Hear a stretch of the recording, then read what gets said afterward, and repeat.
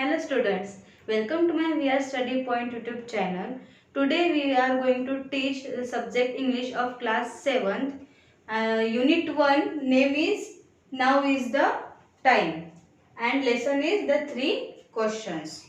So the writer of this story or this lesson is Leo Tolstoy. Okay तो ये जो lesson है, ये जो स्टोरी है, ये है related of the 3 questions.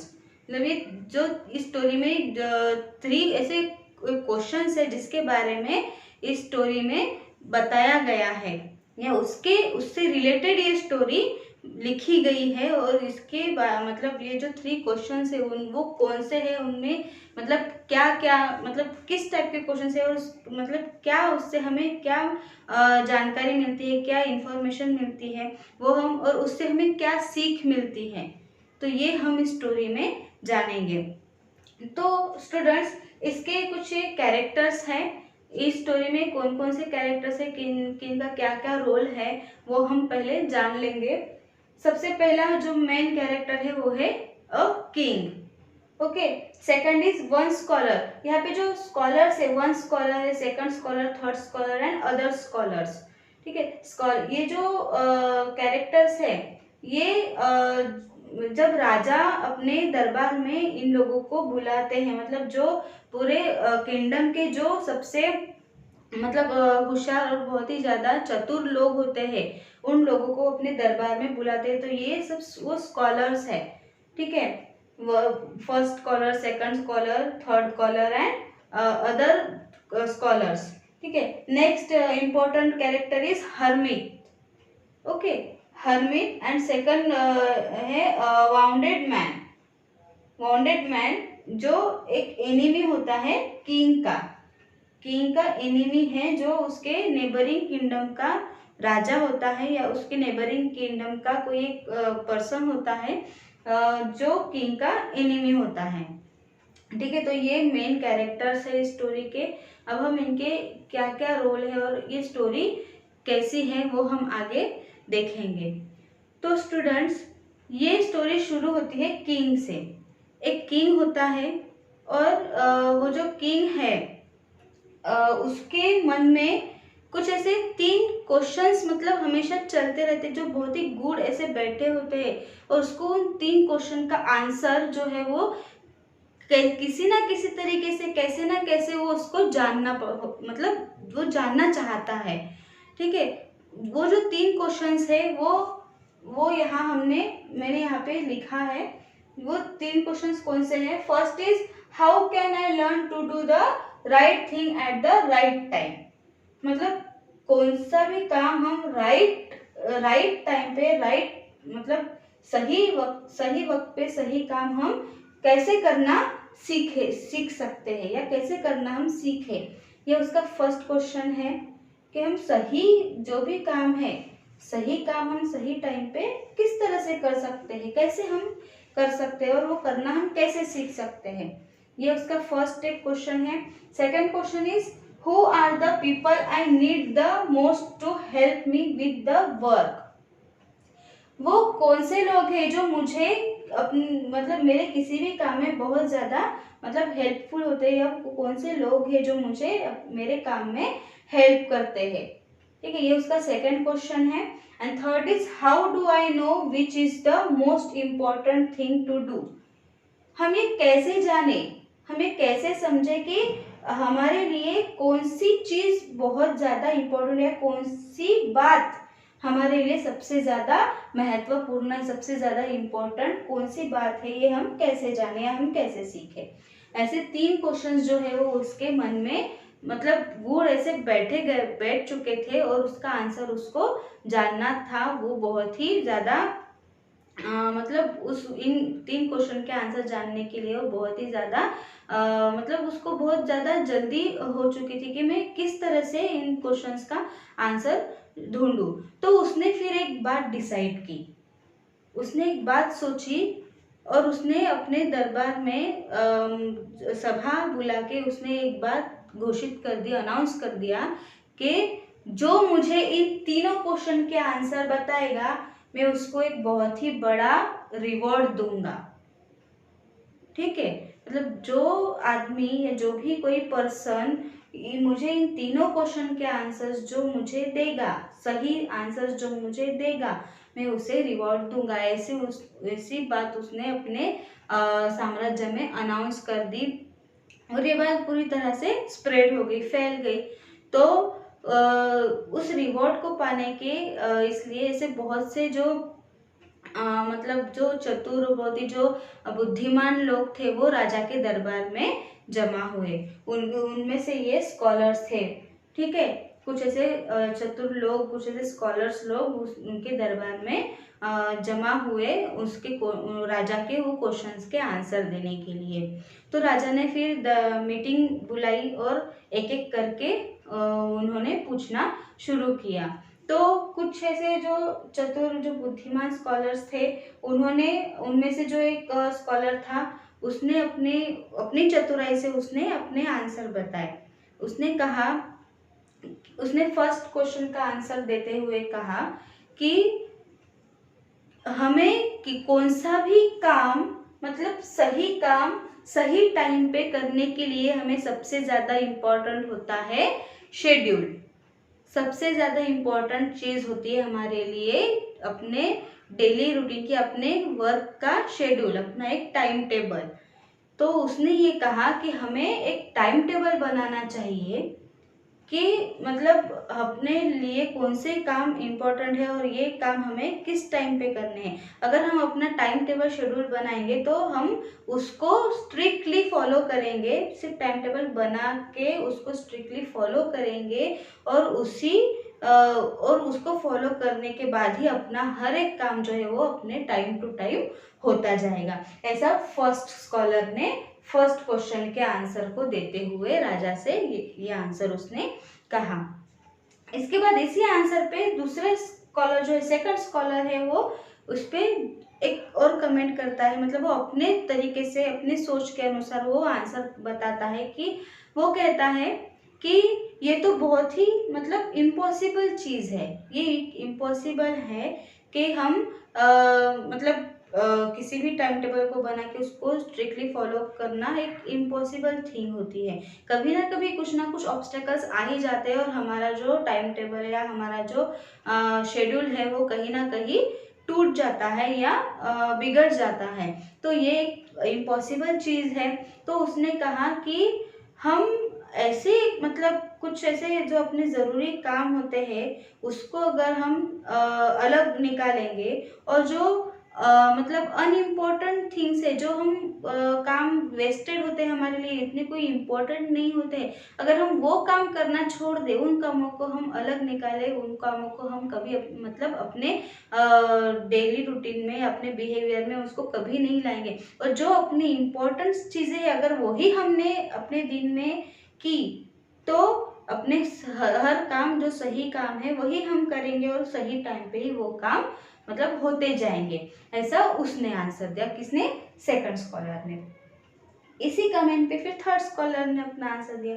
Third scholar ने कहा कि ये चीज़ भी पूरी क्या है, इम्पॉसिबल है, ये सभी हम नहीं कर सकते हैं क्योंकि इसका ऐसा कोई शेड्यूल ही नहीं होता। और हमको ये मतलब पता कैसे चलेगा कि ये काम हमारे लिए इम्पोर्टेंट है और वो काम हमारे लिए इम्पोर्टेंट नहीं है, तो उसको निकाल दो, इसको करो, ये हम कैसे डिसाइड कर सकते हैं, है ना? तो ये भी जो आंसर है या ये भी जो प्लान है वो भी इम्पॉसिबल है।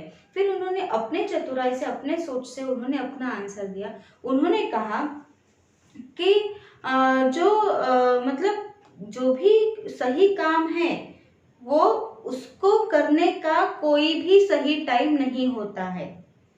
उन्होंने कहा कि किसी भी काम को करने के लिए कोई भी टाइम सही नहीं होता है। जब वो टाइम आएगा तो वो काम अपने आप ही हो जाएगा। जब वो टाइम आएगा उस काम को करने का तो तभी वो काम हम करेंगे या हम मतलब हमारे थ्रू अपने आप ही वो काम हो जाएगा उस टाइम पे। उसका जब सही टाइम आएगा तभी वो काम होगा। ऐसा कोई हम डिसाइड करके हम उसको नहीं रख सकते कि ये सही टाइम है, इस पर मैं ये काम करूँगा, वो सही टाइम है, उस पर वो काम करूँगा। ऐसे हम डिसाइड करके रख नहीं सकते। जब टाइम आएगा उस काम को करने के लिए, तो वो काम अपने आप ही उस टाइम पे हो जाएगा। ऐसा आंसर थर्ड स्कॉलर ने दिया। तो बाकी जो फिर अदर स्कॉलर्स थे, मतलब उनके साथ कुछ और भी चतुर जो कुछ और लोग आए थे, वो उन्होंने अपने आप मतलब एक दूसरे के साथ भेदभाव मतलब मतभेद करना स्टार्ट हो गया उनका। एक दूसरे के आंसर पे आंसर वो देने लगे कि नहीं ये सही है वो गलत है, वो सही है मेरा सही है, मेरा आंसर सही है उसका आंसर गलत है, मतलब उनमें कुछ ऐसी थोड़ी बहुत बहसबाजी स्टार्ट हो गई। तो फिर राजा ने ये सब देखा कि इनमें से मुझे कोई भी मतलब सही आंसर मिल नहीं रहा है। फिर एक फर्स्ट स्कॉलर ने फिर सेकंड क्वेश्चन के आंसर पर उन्होंने मतलब सेकंड जब उन्होंने क्वेश्चन सोचा, सेकंड क्वेश्चन क्या था, who are the people I need the most to help me with the work, मतलब वो कौन से लोग हैं जो मेरे काम में बहुत ही ज्यादा हेल्प करते हैं, है ना। तो इस क्वेश्चन का आंसर सोचते सोचते स्कॉलर्स की मतलब जो सोच थी वो इतने आगे चली गई कि मतलब उन्होंने मतलब इतना कुछ सोच लिया इस क्वेश्चन के आंसर के लिए कि कौन से लोग हैं जो मुझे बहुत ज़्यादा हेल्प करते हैं अपने काम में, वो कौन से लोग हैं वो हम कैसे जानेंगे। तो उनकी जो सोच है वो ऐसी गई कि वो लोग कोई भी हो सकते हैं। मतलब जैसे उन्होंने गॉड तक की सोची, मतलब भगवान हो सकते हैं, भगवान भी हमें हेल्प करता है अपने किसी काम में, अर्जेंट काम में, किसी भी तकलीफ में भगवान है। मतलब धार्मिकता के ऊपर उनकी सोच आ गई। तो मतलब ऐसे अलग अलग सोच वो सोचने लगे कि नहीं वो अपने मतलब अपने लिए इम्पोर्टेंट हो सकते हैं जो हमें हेल्प करते हैं। तो ऐसे अलग अलग सोच सब लोग अपने करने लगे। उससे भी कोई सही आंसर निकल के नहीं आया। फिर था third question, how do I know which is the most important thing to do, मतलब तीसरा क्वेश्चन आया कि हम ये कैसे जाने कि हम ये कैसे समझे कि वो कौन सी बात है जो हमारे लिए सबसे ज्यादा इम्पोर्टेंट है। ठीक है, अब ये जब क्वेश्चन देखा स्कॉलर्स ने सुना, तो वो लोग राजा के बारे में ऐसे अलग अलग बातें सोचने लगे। वो मतलब ऐसे सोचने लगे कि राजा इज गोन मैड, मतलब राजा पागल हो गया है, उसको तो डॉक्टर की जरूरत है। कोई कहते थे उसको मतलब किसी जादू टोने वाले मतलब इसकी जरूरत है। और मतलब उसको पागल में निकालने लगे कि राजा ऐसे कैसे क्वेश्चन सोच रहा है। हाँ, कि हमारे लिए कौन सी इम्पोर्टेंट बात है ये हम कैसे जाने, ये कैसा क्वेश्चन हो गया। हाँ, मतलब ऐसी कौन सी चीज होती है जो मतलब हम जाने कि हमारे लिए ये चीज इम्पोर्टेंट है ना। हम कैसे सोच सकते हैं, हम कैसे किसी चीज किसी पर्टिकुलर बात को हम मान सकते हैं कि नहीं ये बात मेरे लिए इम्पोर्टेंट है। ये तो एक पागलों की निशानी हो गई, ये तो एक पागल लोगों के जैसे ये मतलब क्वेश्चंस कर रहे सोच रहे। तो ऐसे सब लोग ये जो स्कॉलर्स थे वो सोचने लगे। तो इनमें से किसी को भी इन तीनों क्वेश्चंस का कोई भी पर्टिकुलर आंसर नहीं मिला। तो फिर उसी वक्त राजा के एक जो सेनापति थे उन्होंने ये बात मतलब कही कि आपको इनमें से किसी से भी कोई आंसर नहीं मिल सकता, तो इसलिए आपको जरूर एक हरमित को जाके मिलना पड़ेगा। हरमित आता है नेक्स्ट कैरेक्टर। हरमित जो है, हरमित मीन्स क्या, जो एक ऐसा पर्सन जो अपना घर बार अपना समाज सब कुछ छोड़ के अकेला जंगलों में रहता है। जैसे मतलब एक सन्यासी, एक साधु, है ना, मतलब जो अपना पूरा संसार छोड़ के सब घर बार छोड़ के सब छोड़ के वो सिर्फ अकेला एक रहता है जो जंगलों में, उसको हर्मित कहते हैं। ठीक है, तो ये जो हर्मित है उससे आप राजा को जाके मिलने की एक मतलब सुझाव उनके सेनापति ने उनको दिया कि आप हर्मित से जाके मिलिए, आपको जरूर ही उससे कोई ना कोई आंसर मिल जाएगा, आपके तीनों क्वेश्चंस के आंसर उससे आपको मिल सकते हैं। ऐसा उन्होंने और सेनापति ने राजा को सुझाव दिया। राजा ने लेकिन वो जो हर्मित था वो सिर्फ साधारण लोगों से मिलता था, ओनली कॉमन पीपल्स, सिर्फ वो कॉमन लोगों से ही मिलता था। किसी भी राजा या किसी भी बड़े मतलब अमीर आदमी से वो कोई भी कनेक्शन नहीं रखता था या उनसे कोई भी वो मुलाकात नहीं करता था, ऐसा उसका एक रूल था।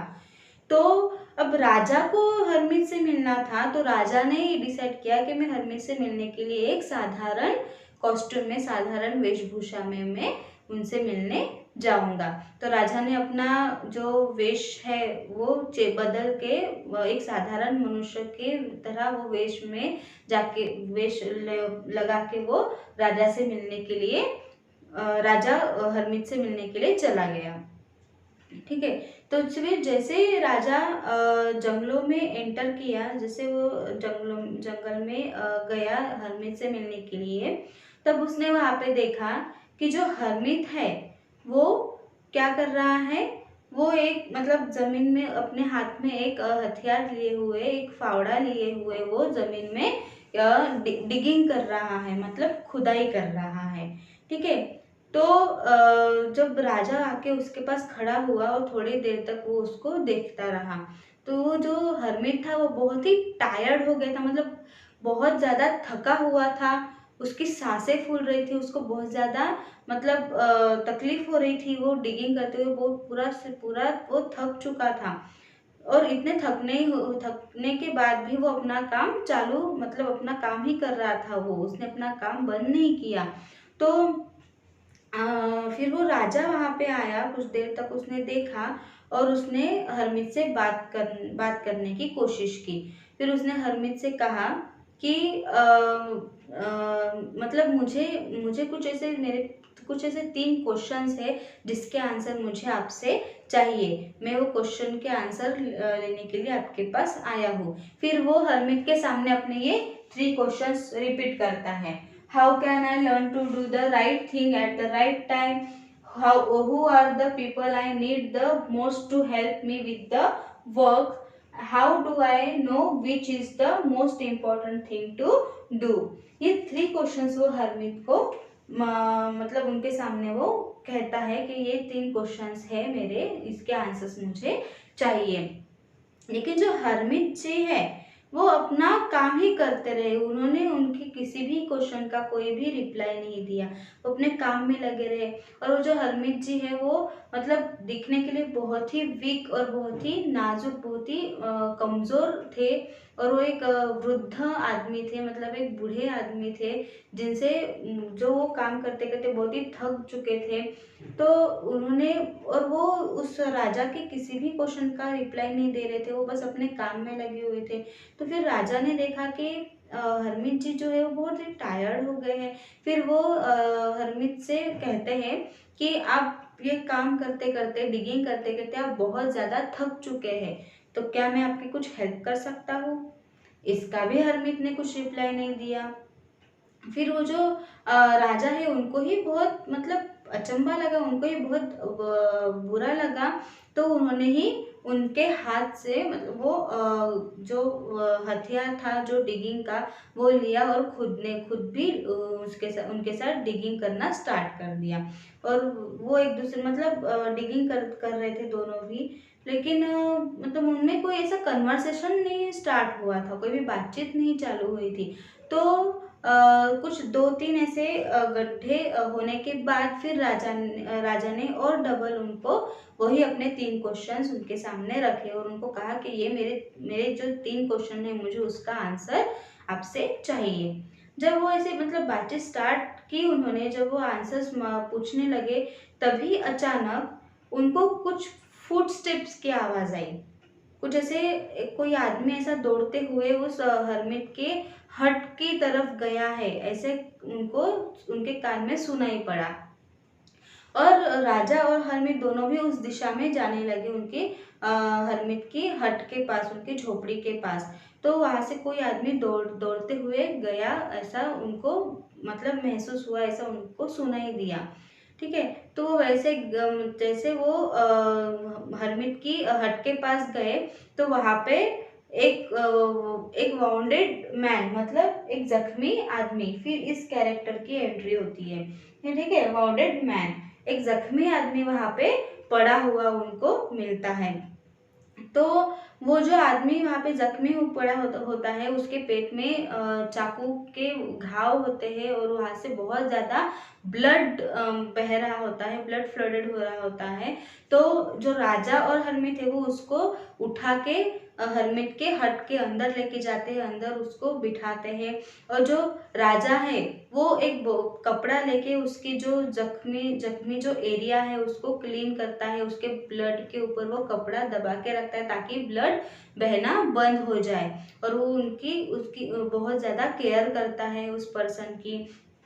तो वो जो पर्सन है वो बहुत ही ज़्यादा तकलीफ में होता है, उसको बहुत दर्द होता रहता है और उसका कई घंटों बाद उसका ब्लड जो है वो बहना बंद हो जाता है। लेकिन फिर भी जो राजा है वो राजा और हरमीत दोनों भी रात भर उसकी सेवा करते हैं, उसकी केयर करते हैं। और जैसे ही फिर रात बीत जाती है और जैसे ही सुबह होती है और जैसे ही वो जो आदमी है, वॉर्डेड मैन, जो पर्सन है, जख्मी आदमी, वो एकदम से उठता है और उठते ही वो अपने सामने राजा को देखता है। उस राजा को वो देखता है और एकदम से वो सरप्राइज्ड हो जाता है और उसको दिल ही दिल में इतना बुरा फील होता है। वो उसको जैसे देखते ही और अचानक कुछ सेकंड के लिए वो उनको देखते ही रह जाता है। और फिर वो मतलब उसको बहुत ही दिल में वो ये बात सोचता है कि इस आदमी ने मेरी जान बचाई, इस व्यक्ति ने मेरी जान बचाई।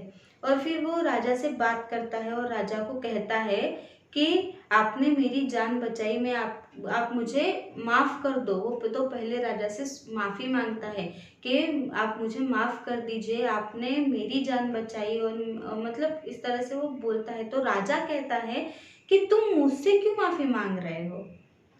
आखिर तुम हो कौन? मुझसे तुम माफ़ी क्यों मांग रहे हो? ऐसा तुमने मेरे साथ क्या बुरा किया है जो तुम मुझे सॉरी कह रहे हो? मुझे क्यों माफ़ी मांग रहे हो आप? तो वो उनको पूछता है कि तुम कौन हो? तो फिर वो आदमी कहता है कि मैं आपका एक एनिमी हूँ जो आपके नेबरिंग किंगडम में रहता हूँ, आपके नेबरिंग किंगडम से मैं आया हूँ और मैं आपका एक एनिमी हूँ, आपका एक दुश्मन हूँ जो यहाँ मैं आपको मारने के लिए, आपकी हत्या करने के लिए आया था। ऐसा वो आदमी राजा को कहता है। ठीक है। तो वो कहता है कि मैं यहाँ आपकी हत्या करने के लिए आया था, आपको खत्म करने के लिए आया था, लेकिन आप ही ने मुझे बचाया, आप ही ने मेरी जान बचाई। तो इसलिए मैं बहुत ही बुरा फील कर रहा हूँ और मुझे बहुत बुरा लग रहा है कि मैंने आपकी हत्या के बारे में सोचा और आप ही ने मेरी जान बचाई। इसलिए मैं आपसे बहुत दिल से माफ़ी मांगता हूँ। ऐसे वो उनको कहता है, उनको बताता है ये सब बातें। और उसके बाद फिर वो जो हरमीत जी है वो बाहर हट के बाहर रहते हैं और राजा और उस आदमी के बीच में ये कन्वर्सेशन होता है। तो ये सब कन्वर्सेशन होने के बाद राजा भी हट से बाहर निकलता है और हरमीत के पास जाता है और हरमीत से पूछता है कि मैंने जो 3 क्वेश्चन आपको पूछे थे वो उसके आंसर आप मुझे बताइए। है ना, मतलब इतनी सब चीज़ें हो गई लेकिन राजा जो है वो इन 3 ही क्वेश्चंस पे अटके हुए थे, उनको उनके आंसर ही चाहिए थे। तो वो फिर से हरमीत के पास जाते हैं और उनसे बोलते हैं कि मैंने जो 3 क्वेश्चंस आपको पूछे थे मुझे उसके आंसर्स दीजिए। अब हरमीत कहते हैं, इस पर वो रिप्लाई करते हैं कि अभी भी तुम्हें मुझसे ही वो आंसर्स चाहिए? अभी भी तुम्हें ये लगता है कि उस उन क्वेश्चन के आंसर मेरे पास ही है और तुम मुझसे पूछ रहे हो वो आंसर? अभी भी क्या तुम मुझसे ही जानना चाहते हो उसके आंसर? तुम्हें खुद ये पता नहीं चला कि उन 3 क्वेश्चंस के क्या आंसर थे? ऐसे हरमीत रिप्लाई करता है। तो राजा सरप्राइज हो जाता है कि ऐसा आप कैसे कह रहे हैं, मैं कैसे बता सकता हूँ? अगर इसके आंसर मुझे पता होते तो मैं यहाँ क्यों आता था? है ना। तो फिर हरमीत एक्सप्लेन करता है, हरमीत उनको समझाता है कि ये जो अभी जितनी भी घटना हुई है, जो भी अभी इतने टाइम में जो भी कल बीता है, उसी में तुम्हारे तीनों क्वेश्चन के आंसर छुपे हुए हैं। है ना। मतलब तुमने अभी कल के इतने टाइम में क्या क्या किया? हाँ, तुम्हारा पहला क्वेश्चन क्या था? How can I learn to do the right thing at the right time? हम सही वक्त पे सही काम करना कैसे सीखे? जब तुम यहाँ आए मुझसे मिलने के लिए, जब तुम यहाँ आए, तुमने देखा कि मैं जो डिगिंग का काम कर रहा हूँ, खोद गड्ढे करने का काम कर रहा हूँ, तो उससे मैं बहुत थका हुआ हूँ, बहुत ही टायर्ड हो चुका हूँ। तो तुमने कुछ ना सोचते हुए आके मेरी हेल्प की। यही हुआ सही वक्त पे सही काम करना। जब तुमने देखा कि मैं एक बहुत ही थक चुका हूँ, जो काम कर रहा हूँ और काम मुझे पूरा करना है, तुमने आके मेरी हेल्प की। यही तो फर्स्ट क्वेश्चन का आंसर है कि सही टाइम पे सही काम करना हम कैसे सीखे। यही तुम्हारा फर्स्ट क्वेश्चन है और इसी का यही आंसर है। तुमने ये सही टाइम पे ये सही काम किया है ना। मेरी हेल्प करने का जो तुमने काम किया है, वो वही वक्त था आपको हेल्प करने का, मेरी हेल्प करने का, जो आपने किया। अगर और सेकंड क्वेश्चन आपका क्या है, who are the people I need the most to help me with the work, है ना। तो उन्होंने फिर आगे कहा कि तुम यहाँ रुके मेरी हेल्प करने करने के लिए, और आज तुमने कितने लोगों की हेल्प की, है ना। मुझे थका हुआ देख तुमने मेरी हेल्प की। मैं फर्स्ट पर्सन हूँ, और दूसरा है वो जख्मी आदमी जिसकी तुमने रात भर जागकर उसकी सेवा की, उसकी जान बचाई। ये तुमने हम दोनों लोगों की तुमने हेल्प की है ना। और अगर तुम यहाँ मेरी हेल्प करने के लिए नहीं रुकते तो तुम्हारी डेथ हो जाती है, तुम मर जाते, है ना। मतलब तुम उस वर्क में मेरी हेल्प कर रहे थे, तुम गए नहीं, है ना, यही रुके रहे। अगर तुम यहाँ से चले जाते तो वो आदमी तुम्हारे पीछे आके तुम्हारी हत्या कर देता, है ना। ये एक घटना, अगर मतलब तुम यहाँ नहीं रुकते तो ऐसा हो सकता था, है ना। लेकिन वो घटना नहीं हुई, और उल्टा तुमने उसकी जान बचाई जो तुम्हें मारने के लिए आया था, जो तुम्हारा एनिमी था, है ना। तो ये तुमने एक बहुत ही मतलब एक अच्छा काम किया। तो ये आपके सेकंड क्वेश्चन का आंसर, मतलब हु आर, वो कौन से लोग हैं जो जो मुझे अपने काम में मतलब बहुत ज्यादा मदद करते हैं, है ना। जैसे तुमने की हम दोनों की मदद की। ये है तुम्हारे सेकंड क्वेश्चन का आंसर। थर्ड क्वेश्चन है, who how do I know which is the most important thing to do. सबसे महत्वपूर्ण बात कौन हमारे लिए कौन सी है, वो हम कैसे जाने या हम कैसे सीखे, है ना। तो वो वक्त वक्त ही आपको बताएगा कि कौन सी मतलब सबसे इम्पोर्टेंट चीज हमारे लिए अभी इम्पोर्टेंट है ना। जैसे तुम्हारे लिए उस टाइम पे तुम्हारे लिए क्या इम्पोर्टेंट था, उस जख्मी आदमी की जान बचाना, है ना, उसकी सेवा करना। जैसे जो टाइम आया, तुम्हारे सामने जो चुनौती आई, तुमने उसको एक्सेप्ट किया, तुमने उस पर वर्क किया। जो काम तुम्हारे सामने आया, उस जख्मी आदमी आया, उसकी तुमने हेल्प की। यही तो तुम्हारा सबसे इम्पोर्टेंट बात, मतलब सबसे एक इम्पोर्टेंट बात थी जो तुमने सीखी, जो तुमने की, है ना। तो बस यही तो तुम्हारे तीनों क्वेश्चन के आंसर है। मतलब पहला ये कि जो जो मतलब टाइम है ना, टाइम को पहचानने सीखो कि सही टाइम पे सही काम हम कौन सा कर सकते हैं। मतलब जो वक्त है और जो आपके सामने अभी हो रहा है प्रेजेंट, वही आपका सही वक्त है, और वही उस टाइम पे आप जो वर्क करें वही आपका सही वर्क है। ठीक है। सेकंड ये है कि दूसरों मतलब लोगों की हेल्प करना। जो भी आपके सामने अगर कोई परेशानी में है, किसी कोई प्रॉब्लम आपको ये करनी है, तो आप उस टाइम पे उनकी हेल्प करते हो, है ना। वही आपका सही वर्क है। ठीक है। और सही बात कौन सी है, वो बात समझना कि अभी हमारे लिए कौन सी बात सही है, अभी सामने प्रेजेंट में हमें क्या करना है, वो समझना। यही आपकी सही बात है, जो आपको मतलब थर्ड क्वेश्चन का जो आंसर है, मोस्ट इम्पोर्टेंट थिंग, सबसे महत्वपूर्ण बात कौन सी है, वो हम कैसे समझे, तो ये उसका आंसर है। तो इसी तरह से, इसी घटना से उस हरमित ने राजा को अपने ये तीनों क्वेश्चन के आंसर अच्छे से और समझदारी से उनको समझाए, और तभी राजा को इन तीनों क्वेश्चन के आंसर समझे, और उनको उनके दिल में शांति, मतलब उनको शांति मिली कि उनको जो इतने दिनों से जो तीन क्वेश्चन उनके दिल में हलचल कर रहे थे, उनके आंसर फाइनली उनको मिल गए। तो इससे मतलब उनको कुछ सीख भी मिली कि हमें मतलब वक्त के अनुसार किस तरह से हमें काम करना चाहिए, कौन सी चुनौती अपने सामने है तो उस पर हमें क्या मतलब कैसे हमें डिसीजन लेना चाहिए, टाइम टू टाइम हमें मतलब कैसा काम करना चाहिए, वो सब चीज़ों की उनको इससे एक सीख भी मिली और उनके वो तीनों क्वेश्चन के आंसर्स भी उनको मिल गए। तो स्टूडेंट ऐसी ये स्टोरी थी द 3 क्वेश्चंस। और इस टॉपिक के बारे में अगर आपको कोई भी डाउट हो, कोई भी प्रॉब्लम हो, अगर कोई चीज़ आपको नहीं समझी हो तो आप मुझे कमेंट बॉक्स में ज़रूर पूछें। Thank you.